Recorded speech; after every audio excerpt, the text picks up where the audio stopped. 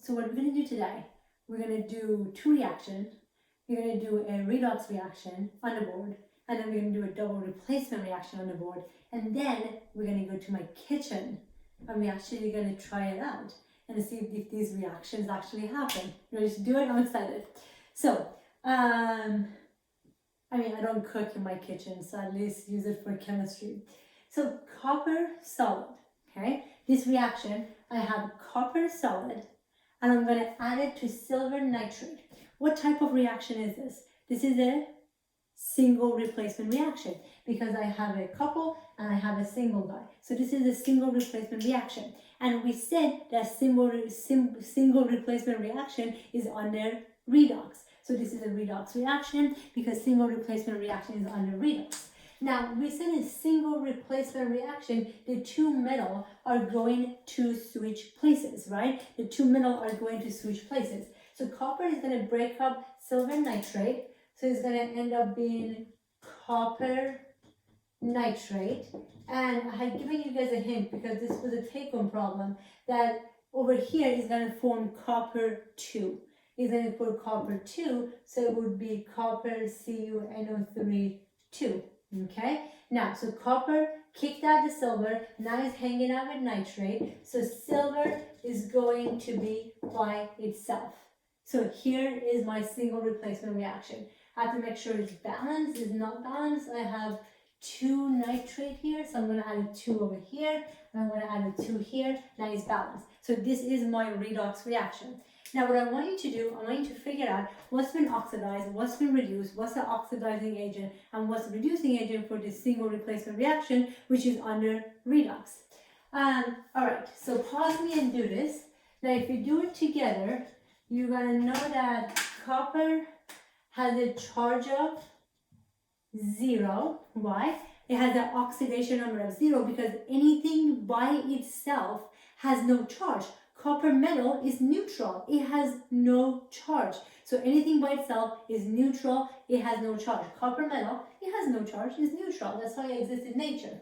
Now over here, when it forms a compound, then it has a charge, right? When it forms a compound, now it has an ionic charge. And we said that here is copper plus 2.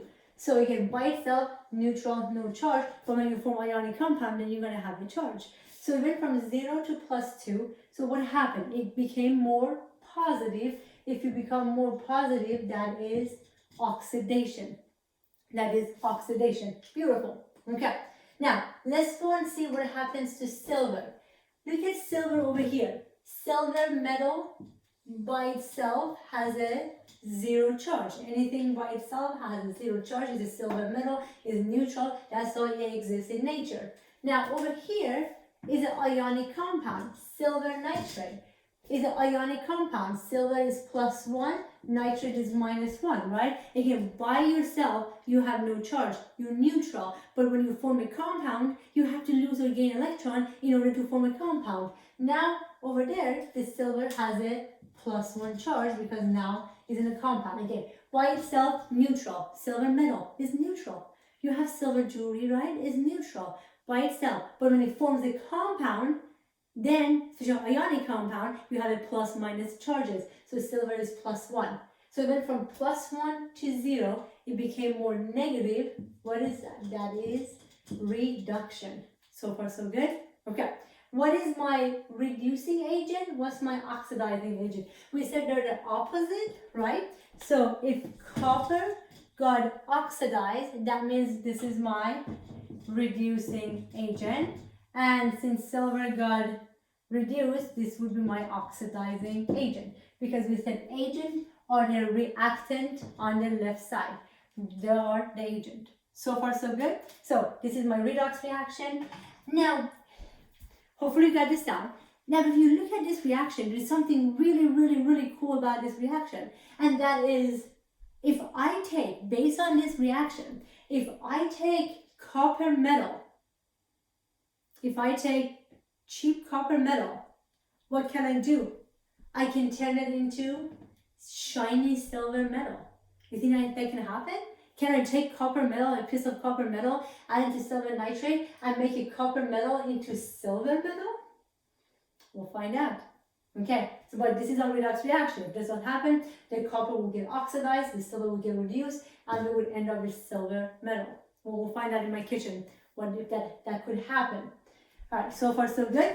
Okay, so this was my redox reaction. Copper has been oxidized, silver has been reduced. Copper is my oxidizing agent, silver nitrate is my reducing agent. Now, so we learned about redox reaction. The other type of reaction that we learned about double replacement reaction. Now, here's the double replacement reaction that I want to do.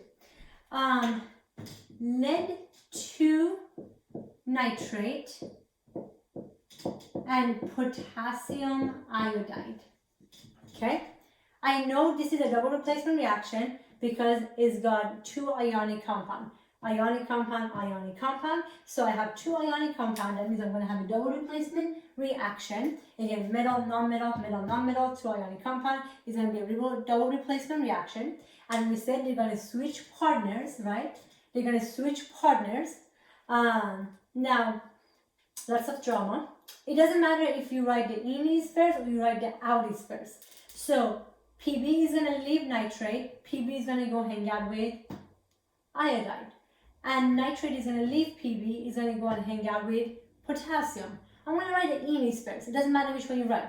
So nitrate is going to go hang out with potassium. We talked about it last time. And you have to write the potassium first. And then you have to write the NO3 because you write the metal and then the non-metal. It's plus minus when you have ionic compound. And potassium has a +1 charge, right? And nitrate has a -1 charge, the polyatomic ion. So that's already balanced. So far, so good? Okay. Again, we talked about this.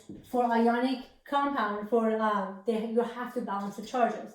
Now, lead is going to go and hang out with iodide. So it's going to be PbI. Remember, we said when you have a new partner, you have to rebalance the charges, right? You're starting over. Now, what's the charge on Pb? Pb could be +2 or +4. Which Pb is this over here? Remember, nitrate was -1. So where did the 2 come from? The 2 came from the Pb. So it's a Pb +2. So this is +2 and iodine is -1. You know that. It's a halogen. All the halogen are -1. Also here, this is +1, -1. So I have to rebalance it. When I rebalance it, I get PbI2. So far, so good. So lead to nitrate plus potassium iodide will form potassium nitrate plus lead to iodide. Again, when we talked about this before, I didn't take this to the other side because this is there because nitrate is hanging out with Pb. That comes from Pb. Now nitrate has a new partner. You have to rebalance the charges. So far, so good. Last thing to do. Is this reaction balanced? It is not balanced. I have 1 Pb. I have 2 nitrate, 1 nitrate. So I'm going to add a 2 over here. So now 2 nitrate, 2 nitrate. Now I have 2 potassium. I'm going to add a 2 here. 2 potassium, 2 potassium. Then I have 2I and I have 2I. Okay, this is a balanced equation. Now here's what I want you to do. I want you to take out your phone. Let's be real, you probably already have your phone out. So I want you to Google lead to iodide and tell me what lead to iodide looks like. I'm going to give you a second. So go Google lead to iodide and tell me what does it look like. Okay, so hopefully what Google is going to tell you is that lead to iodide is a bright yellow solid. Is a bright yellow solid. Okay? Again, I want you to Google that. I want you Google whatever you use, do it, and I want you to Google it and I want you to look at it, see what it looks like. So if you do it, it says it's going to be a bright yellow solid. So what that means is if I add lead to nitrate to potassium iodide, then what's going to happen? I'm going to end up getting a bright yellow solid. You think that's going to happen? Well, we are going to find out. You ready to do this? Okay, so I'm going to take you to my kitchen to do these two reactions to see if these two reactions is going to happen or is not going to happen. All right, so we're gonna go down to my kitchen. This would be a good use of my kitchen, actually. All right, so I hope this will work. All right, great. I think you guys can see the countertop. Yeah, you can see the countertop. All right, you ready to do this? Let's do this. So the first one I want to do is a redox reaction. What I have over here, I have a piece of copper. Okay, it looks coppery, you agree? So here's my piece of copper. I'm gonna put it against my black background so you can see it. So it looks coppery, right? It's a cheap copper color. Now, based on the reaction that I showed you, I said I can take this and I can make it into a shiny silver metal. Let's see if I can do that. So here's my copper. I want to do a redox reaction. Now, over here in this one, I have silver nitrate. So I have a silver nitrate solution. Silver nitrate has a clear solution. So I have a silver nitrate solution. I'm going to add my copper to it, and I predict redox is going to happen, and this is going to turn into a shiny silver metal. You ready? It's not a fast reaction, so we're going to let it sit for a while to see if that happens. So I'm going to let that sit for a little while and then see what that happens. Now, the next thing I'm going to do, I'm going to do a double replacement reaction. What I have over here, I have lead 2 nitrate, okay?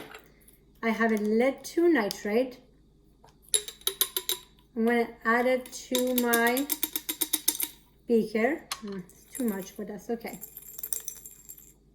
So that's a lead 2 nitrate. Now, what does lead 2 nitrate look like? It's a white solid. Do you guys see that? So lead 2 nitrate is a white solid. So far, so good. Now, what I'm going to do, again, all of these reactions, they have to happen in water.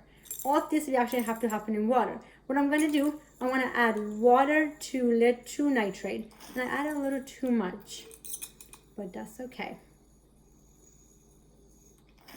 Okay, now this lead 2 nitrate is dissolving, as you can see, in my water. So lead 2 nitrate, again, it was a, where's my lead 2 nitrate?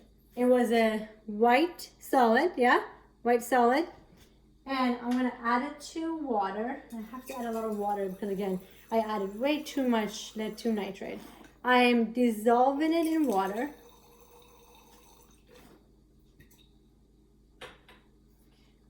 Let me just go a little faster.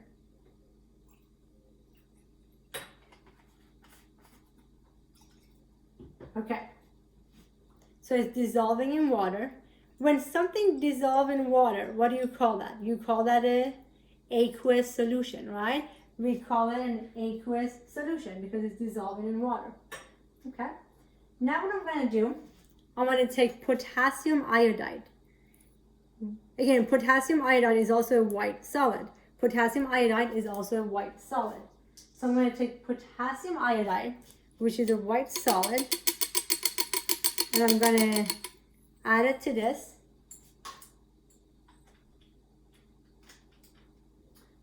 So white solid, potassium iodide. I'm going to add water to it. It should also be water soluble, so it's going to dissolve. Oh, it's dissolving nicely because I didn't overdo it like the other one. What do you call this solution? You call this an aqueous solution. When something is dissolved in water, you have an aqueous solution. So this is dissolved in water, you have an aqueous solution. Yeah, this one, that one didn't really dissolve because I added a little too much. That's okay. So what I did, I took 2 white solids and I dissolved them in water because you need water in order for a reaction to happen. Now I predict if I add these 2 together, what I'm going to form a yellow precipitate, a yellow, bright yellow solid. And this is not very clear. It should be clear. It's just that I added way too much lead 2 nitrate. All right, so I'm going to add these together, these 2 clear solution together, and what we expect is to have a yellow precipitate. You guys ready? You think this is gonna happen? All right. Science! Isn't that cool? Yeah. So what just happened? I take 2 white solid, I dissolve them in water, I had an aqueous solution. When I add them together, they switch partners. And one of the compounds that was formed was lead to iodide. And lead to iodide is a yellow precipitate. So we did a double replacement reaction, they switched partner, and one of the new couple now had a bright yellow precipitate. See, so the double replacement reaction, they do happen. Now, let's go and see what's going on with our copper. So if you remember, I had a copper metal, and if you see, I don't know if you can see, yeah, the copper is slowly going away, and what I'm getting a shiny silver metal. I don't know if you can see it. Let me see. Now, the other thing is, what color is this solution? If you look at it closely, let me put it against my black sweater, the copper is getting a little bit blue. The water is getting blue, right? Because remember, we had a silver nitrate plus copper metal. You form copper nitrate, and copper 2 nitrate is a blue solution. So it's forming copper 2, which is blue. So that's happening. It's getting oxidized. And then let me see. Hopefully you guys can see, right? You don't see the copper there anymore, do you? No, the copper is turning into a shiny silver metal. Okay, so that's a redox reaction. That's a redox reaction. Again, to kind of remind you, this is what the copper used to look like, right? You don't see that right now. The copper is turning into a shiny silver metal. So the redox reaction is happening. And again, the solution is blue because copper 2 is actually blue. Copper plus 2 is a bluish color. Sounds good? Okay. So again, what was the point of this? The point of this, what I wanted to show you was that all these double replacement reaction, redox reaction that we keep talking about on paper, when you do it in lab, they happen. These reactions are happening. Okay, cool. I will talk to you guys next time.